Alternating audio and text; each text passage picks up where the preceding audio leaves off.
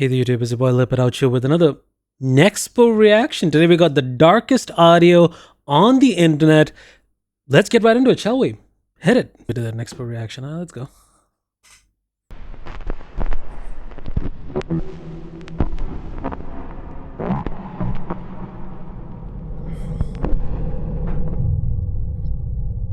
In the Halloween spirit.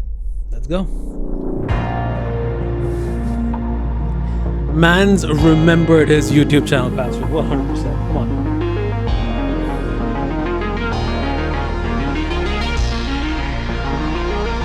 From Nexpo with love? Yes, let's go.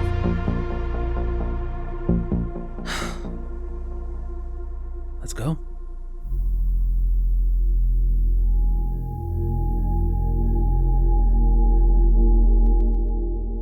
There's something inherently eerie about an audio recording. The idea of listening in on a horrifying incident, a freak accident, a glance into someone's life that feels so close, yet so incredibly distant. Nexpo, have I ever said I love your voice, man? It just sounds so ominous. But I mean, yeah, 100%. I think especially recordings, like especially this takes me back. I remember a few years ago when like you just got on like the you know when you use Tor for the first time and you're on the dark web. There were websites that had like the CVR recordings, like the cockpit voice recordings from like plane accidents, and you could actually view them online. Believe me, some of those you could still find online. The more horrifying ones, no, but they can haunt you. Like, I'm glad they're not usually easily available, but I'm like, bro, if you take your mind and you want to find some of them, you can, and they're just you would not be in for a good sleep for a few days. That's for sure. Across the internet, there are countless disturbing happenings that have been recorded. Media that we can readily view anytime we want. Yet tonight, I'd like to share with you 3 stories, not of which we can see, but of those we can't. The darkest audio on the internet. Right. Chapter 1. Where are you?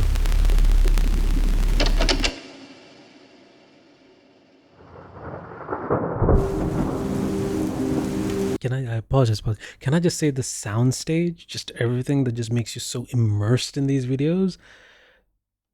They work so well. I'm actually half tempted to turn off the lights and just have it like dark recording, but I think I would genuinely be terrified. So no.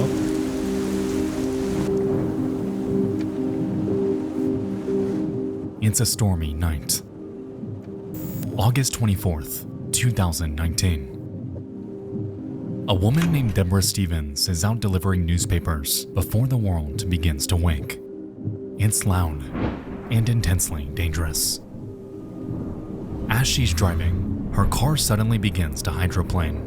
Yet instead of regaining control, the waters around her rapidly rise, sweeping her car off the road and pinning it against nearby trees. I think I remember this. Realizing that she's in danger, she immediately calls her mother-in-law, panicking, pleading for any sort of help. She's informed to call the police. Surely emergency services can help her out of this, right? And so, she situates herself, dials 911, and explains to dispatch the following.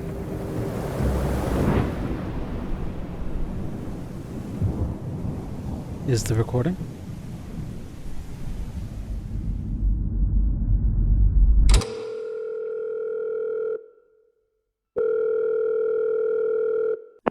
Where's your emergency?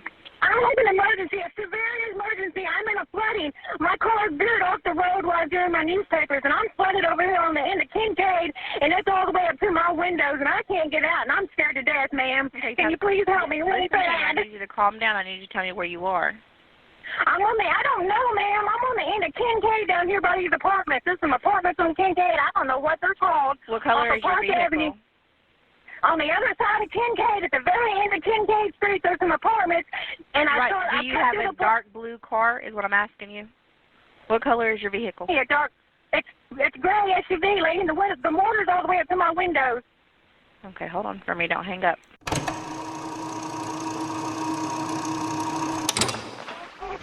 Am I not on the phone with you trying to get you some help? Yeah, Okay, so stop. somebody give me help before I die. No. Hold up a second. Hi, wait a minute. Hi.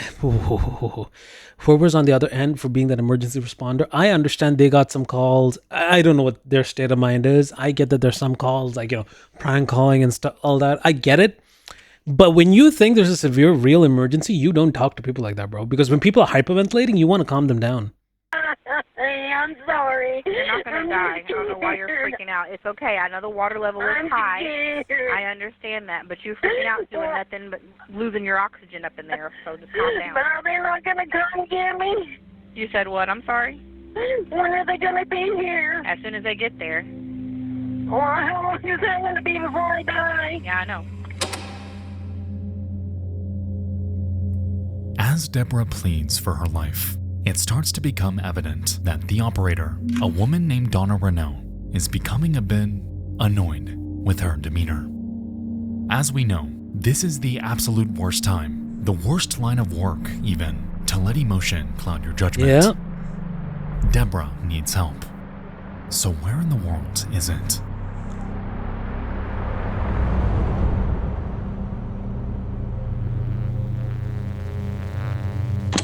Man, it's getting all the way up to my chest, and I know the water's up to your chest. Just stay on the phone with me, and I have an officer and the fire department coming out to you. So just hold on, okay? Thank you. I'm sorry if I'm rude, but I'm scared. You're not being rude. I know you're scared. Just calm down for me. I'm scared. I've never had anything like this happen to me before. Well, this will teach you next time. Don't drive in the water. Couldn't see it, ma'am. I'm sorry, or I wouldn't have. I don't see how you didn't see it. You had to go right over it, so. No, ma'am. I was in the drive. I was in a parking lot. There was no water where I was at. Okay. And when I got to the end of the parking lot, I was looking for the road to get out into the main road. When I got to the main road, it was too late. There was water, and I couldn't see it fast enough. The water just didn't appear. As this call continues, it's evident that Renault isn't taking her seriously. A woman trapped and unable to escape her vehicle is reportedly only equivalent to the priority of a stalled vehicle. It's only midway through this call when it's finally escalated. But even then, crucial minutes have already bled by. Yeah. Deborah Stevens, as we know, is running out of time. Ma'am, please. Hold on for me. Hold on. Ladder 2. Oh, my God. Ma'am, it's all the way up. Okay, I know. Listen to me. They are in the area. They are trying to find you. They cannot find you right now. I was always curious because I know this has happened like TV shows and movies as well. Is it not possible like for first responders to have like, I mean, I understand this is from maybe from years ago where the technology was not as advanced, but that's 2019. Wait a minute. It's 6 years ago. Wait, is it not possible for them to like, still triangulate your position? Like if it's on an emergency line, can they still not figure out your location from where you are, from how you're calling? Is it just not possible? Trying to ping where you are, so do not hang up because it's 911 call. Brother, I'm gonna be honest, right? If I was fighting for my life and I had my phone on me at this service, the first thing I'd do would be like, okay, data, share current location. I shouldn't be laughing, but realistically, I'd be like, data, share. I mean, if water is up to your waist, I'm like, okay, share data, current location, live location tracking. Send it to like every single person that I know, and I'm gonna start dialing. I imagine you can't dial, but I'd be on WhatsApp, just be like, help, help, help, help, hoping that one of them actually gets it to the place, man. Call. It's helping. You just be trying. I mean, unless your battery is low, in which case you can't do anything. But bro, Pin your location, so don't. This is on top of the fact that I wouldn't be. Oh, but how? If your car is trapped, wouldn't you still be able to? Oh, they usually sell like these thin point like hammers, so you can at least like break out of your vehicles, like your windows and cars, so that you can at least get yourself out. But I imagine it's not standard issue. It's not required to be kept in. So don't hang up on me. Okay, where are you moving to? Tell me where it's going.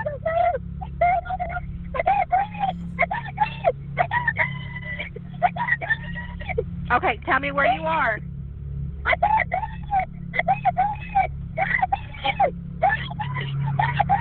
Listen listen to me. Hold on. Oh my God.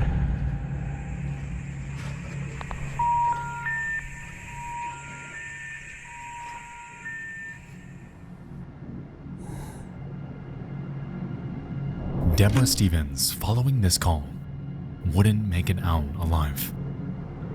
And her vehicle, a tomb, swept away in one of the most heartbreaking freak accidents that I have ever listened to. Oof. About 10 minutes after this call ended, rescuers were finally able to make their way to her. However, by then, it was far too late.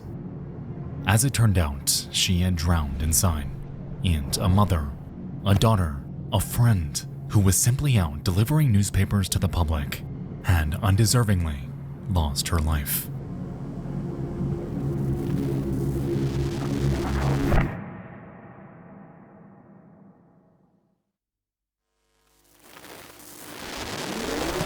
Next tonight, the 911 outrage. A dispatcher on her final shift taking a call from a woman stranded in her car as floodwaters rise. She panics, but it's what the In the following months, it was found that Donna Renault was coincidentally working her final shift after having submitted her 2 weeks' notice 13 days prior.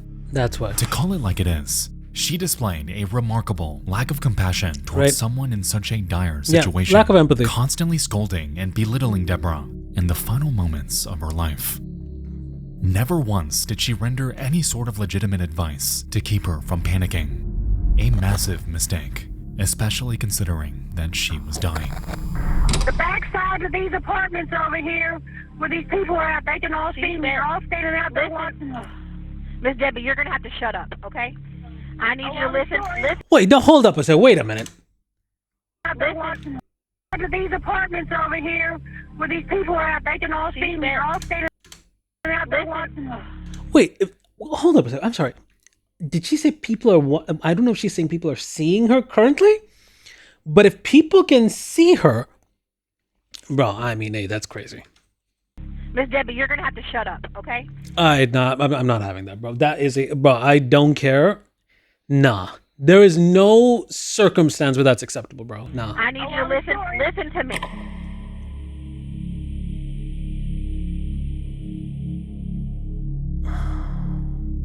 Surprisingly, after an internal investigation, it was found that no policies were broken. No We investigated ourselves and didn't find anything wrong. Wow. criminal action had taken place. None of what Donna Renault Oh, boy, that's BS, man. That's BS. Her family should be able to sue, man. 100%. Her family should be able to sue, but that's crazy. had done or said had violated anything. In essence, she had gotten off scot-free. And in her wake, a family devastated and shattered by an accident that never should have happened. That's insane.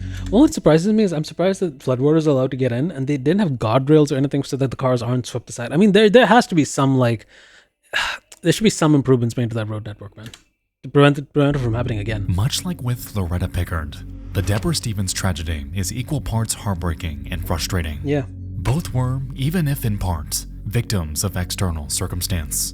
Both were helpless as they were slowly consumed by the predicament around them. Ooh.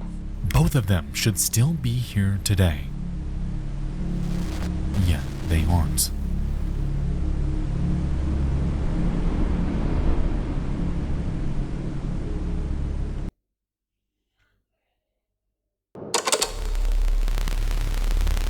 It doesn't get easier.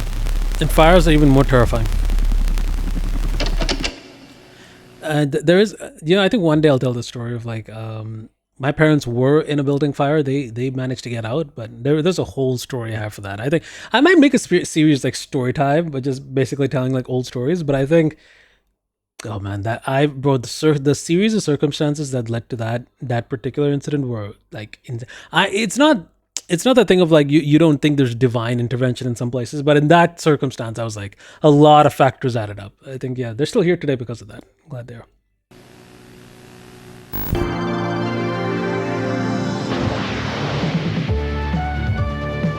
From WNBC TV in New York, this is Live at 5 with Jack Cafferty, Sue Simmons, and Al Roker with the weather. The year is 1986. And on WNBC New York, a reporter named Jane Dornacker is giving her daily traffic report. Once a musician and an actress, she had found her home here in her late 30s, enthusiastically providing updates about accidents, traffic jams, what have you, to the affiliated Joey Reynolds radio show. Oh, that's sick. For her, the news media was a job secure and consistent. So what could possibly, if ever, go wrong? The exclusive AccuWeather forecast for our area overnight, mostly clear and cool. At 4:44 in the afternoon on October 22nd, 1986, an Instrom F-28F helicopter, operated by a company called Spectrum, takes off for their daily WNBC traffic analysis. On board was 39-year-old Jane Dornacker. I shouldn't be laughing, but I'm like, bro, having a helicopter every day in the morning for traffic analysis is insane. I mean, nowadays it's I imagine people either use Waze or Google Maps, but I think generally when there's a lot of phones close to each other, Android could kind of just basically say, hey, there's a traffic jam, or Apple devices can say, hey, there's a traffic jam. It's better that way, but just having a helicopter in the air every day for traffic is crazy. Joined by a 30-year-old captain, Bill Pate. Okay. The flight, like so many others, was meant to be unremarkable. However, what neither of them knew was that a maintenance engineer had installed the wrong clutch to it. A severe oversight that has the potential to cause a complete loss of power to the aircraft's rotor blades. Nevertheless, I can tolerate being on airplanes. I cannot tolerate being in a helicopter, bro. Especially with helicopters, you got to understand that if you fall into their entire like safety trainings, where it's something like helicopter underwater escape trainings, like if you're over water in a helicopter, God help you, they're terrifying. They're terrifying to be in. Jeez, really? the engineer was highly experienced. The helicopter appeared ready to go. However, over the next 2 minutes after takeoff, something would go horribly wrong.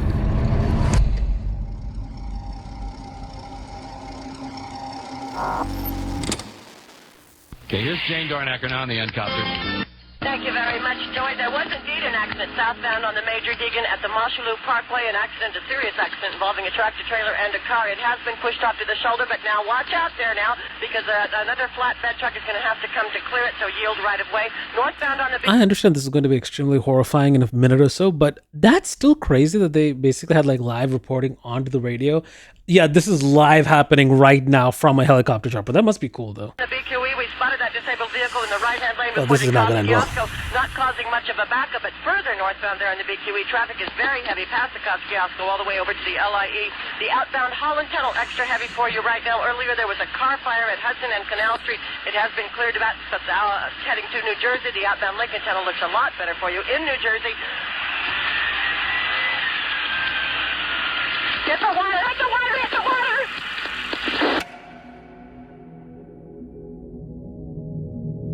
At this moment, That's literally 3 sentences away, and then they're underwater. Damn. the helicopter had struck the chain link fence of a nearby pier after rapidly nosediving and had crashed into the Hudson River.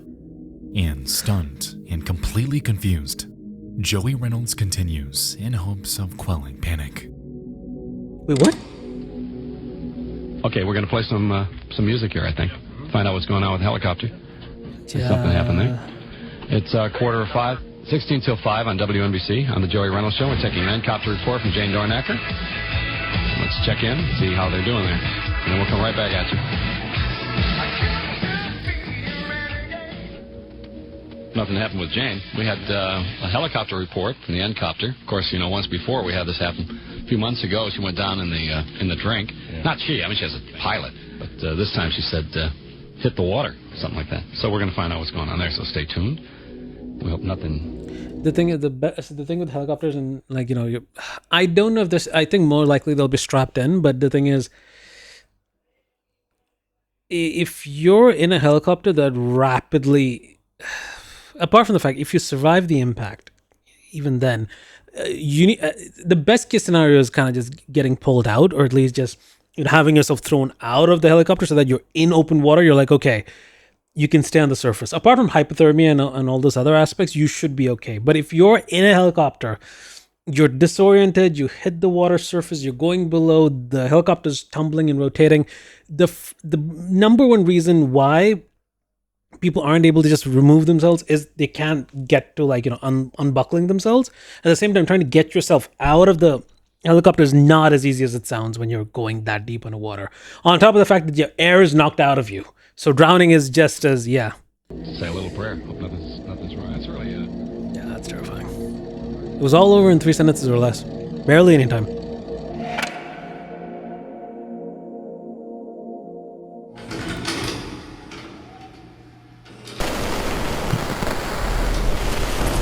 Airlines Hawaii. 8 days, 7 nights for only $559. We'll take you back downstairs to Jerry, and we will stay up here and have reports for you as we can bring them to you. Jerry? It's McDonald's 31st anniversary. And cargoes of food and medicine have been flown to famine-stricken southern Sudan. The first flights... Good evening. The Mets even the World Series. We'll have team coverage of their incredible comeback in Boston. But first, we have a grim development in a tragedy that struck us here at NBC today, a tragedy heard by millions. WNBC traffic reporter Jane Dornacker has been pronounced dead. Her pilot remains in critical condition tonight.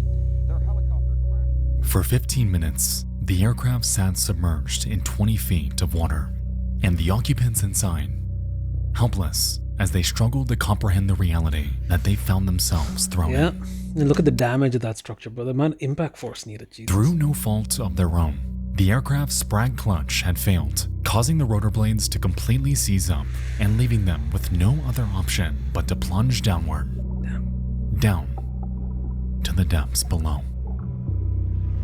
The pilot, Bill Pate, was severely injured from this accident. Did he survive? However, Jane Dornacker wasn't quite so lucky. What? Did it drown? The strangest part about this entire situation is that this wasn't even Dornacker's first encounter inside of a falling aircraft. Wait, as what? Only 6 months prior, a helicopter that she was on board, again, had fallen from the sky. I could not be laughing, but that's not acceptable, man. Hey, once is enough in life, man. If I survive a helicopter, knock on wood, I'm never gonna get on a helicopter. But if you get on a helicopter and then it goes down once, I think rest of my life, I'm good. I'm good. Following her death, Joey Reynolds and the entire staff at WNBC were in complete shock. Yep. However, none of it compared to the loss that was experienced by Dornacker's 16-year-old daughter, Naomi. Just 3 months prior, she had lost her father, and out of nowhere, now had to contend with the loss of the only other parent in her life. An unimaginable heartbreak, especially for someone at such a young age. That's crazy. How old is she? 40? No. She's 40. In the end, Naomi was given a $325,000 settlement from a wrongful death lawsuit with Spectrum Helicopters, a sum equal to nearly $1 million today. I mean, hey, I don't know, man. I don't know. But even still, her life was completely shattered. Yeah. She had lost everyone she loved, and she ultimately became an orphan through no fault of her own.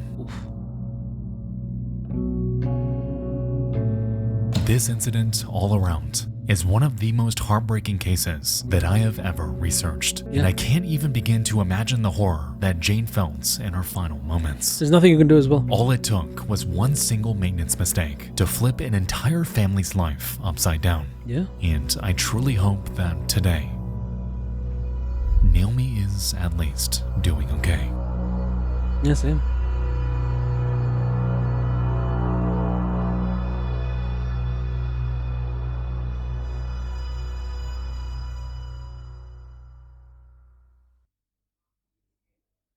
That's last chapter.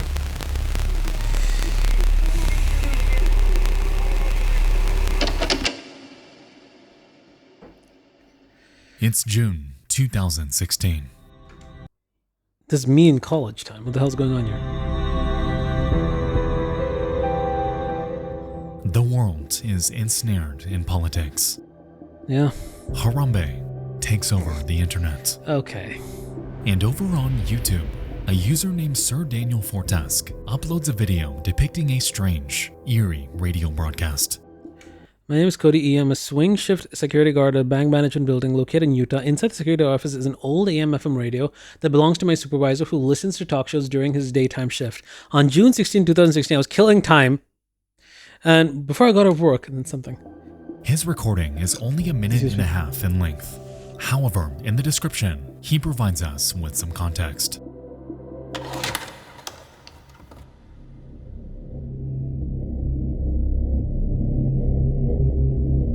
My name is Cody E., and I'm a swing shift security guard at a bank management building located in Utah. Inside the security office is an old AM/FM radio that belongs to my supervisor who listens to talk shows during his daytime shift. On June 16th, 2016, I was killing time before I got off work and began to play with the old radio. It was set to AM stations, and while turning the knob, scanning through stations, I came across a very creepy broadcast. After listening to it for about a minute and a half, I quickly grabbed my cell phone and began to record the audio. I could hear two voices during the broadcast. The first and most often heard is of a woman crying, in to me what sounds like fear or agony. While the woman's crying and speaking, you can hear faint words spoken from another woman or girl who sounds younger. I wrote down what I believe I hear the voices say in the recording, but if you hear something different or could make sense of audio I couldn't understand, feel free to leave it in the comments and tell me what you think of it. I don't post videos to YouTube normally, and I don't focus this channel on anything specific. I simply recorded this video from an experience I had at work and was asked by my friend to post the recording here. Smart. Thank you. The following is the OP's recording. Go on. To this day, source remains a mystery. Viewer discretion is advised. Okay.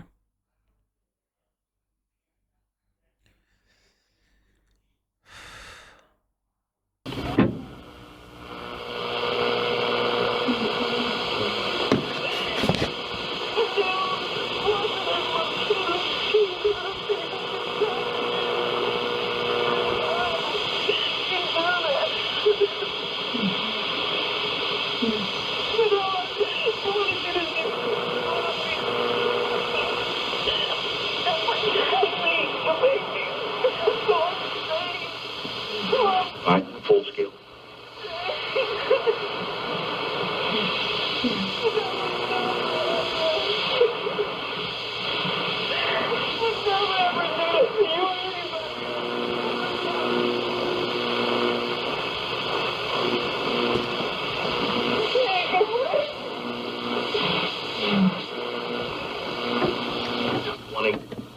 Brady.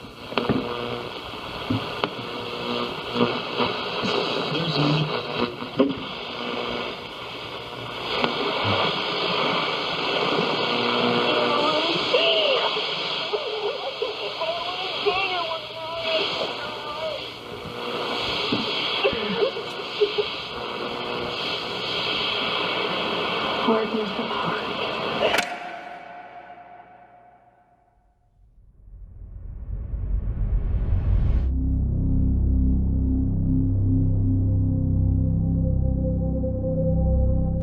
This broadcast, as we could hear, initially sounds like some sort of voicemail. A woman cries, pleads, begs for mercy. Yet throughout the entire recording, we never hear a response from whoever she's supposedly talking to. What is she crying about? Who is she? And what in the world is going on? Looking up specific words from the broadcast turns up nothing. A recording of a movie or TV show? A nearly impossible dead end. This audio just exists, cast out into the endless void of the internet for all of us to chew on and to become intensely creeped out by. 5 years ago, we dove into the bizarre mystery of Portland's 96.7 FM and the strange broadcasts that were emanating from it for over a year. Throughout my video, we narrowed the culprit down to a non-profit called the Community Alliance of Tenants, whom, as expected, denied any involvement with it. While that's so, in that case, we were at least given a call sign, something to chew on to take the investigation deeper. Yet here, there's nothing. All we have is an eerie voice muddled in static, and a general location far too broad to narrow down. Given the nature of shortwave radio stations and how anyone can broadcast anything on them given the proper equipment, I do believe that this has the potential to be someone messing around. Most likely. But then again, what if it isn't? I'm curious if any of you remember anything like this taking place around Utah in 2016. I have a funny feeling that someone out there has some sort of recording related to this, and this is precisely where I need your help. Huh. What truly is the context here? What in the world is she pleading for? And most importantly, who exactly is the woman on the radio?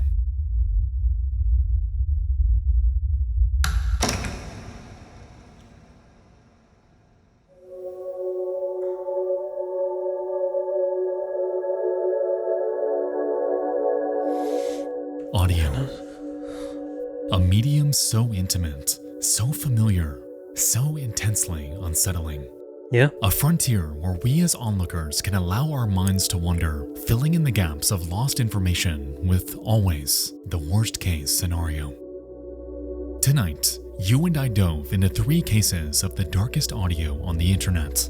I hope you all enjoyed this. This was different, I know. But if you have any other suggestions for cases that would fit this mold, feel free to send them over to dtfaisubmissions@gmail.com. Once again, that's dtfaisubmissions@gmail.com. Thank you all so much for watching. I'll see you soon. I love you all. And good night. Hey, thanks. Yeah, it really does. It really does help the fact that this audio is. Dornacker was a familiar voice to commuters with her traffic reports, and this was her second crash. The first one was in April when her chopper went down in the Hackensack River near Richfield Park, New Jersey.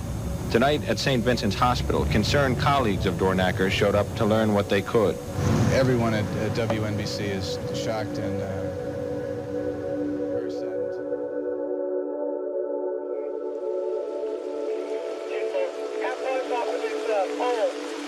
It's crazy, isn't it? Because it's always the thing with audio. I think it is one of those mediums where I know we like to think that visually looking at something is probably going to be the most impactful form of viewing or listening to content. But generally speaking, audio plays an even more important part. I think it's just audio is just creepier, man. Just having an audio recording and then listening back to it, it's almost always creepier.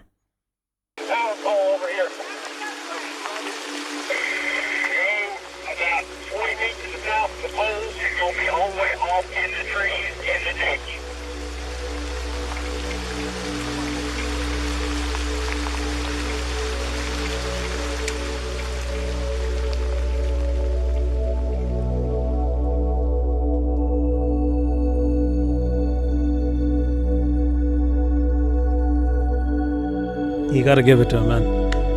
The audio in this video is just exemplary. Oh, man. Shout out, 100%, man. Hey. That's about it. Thank you guys for watching, and I'll catch you before I to the next one. Peace and take care. Noise.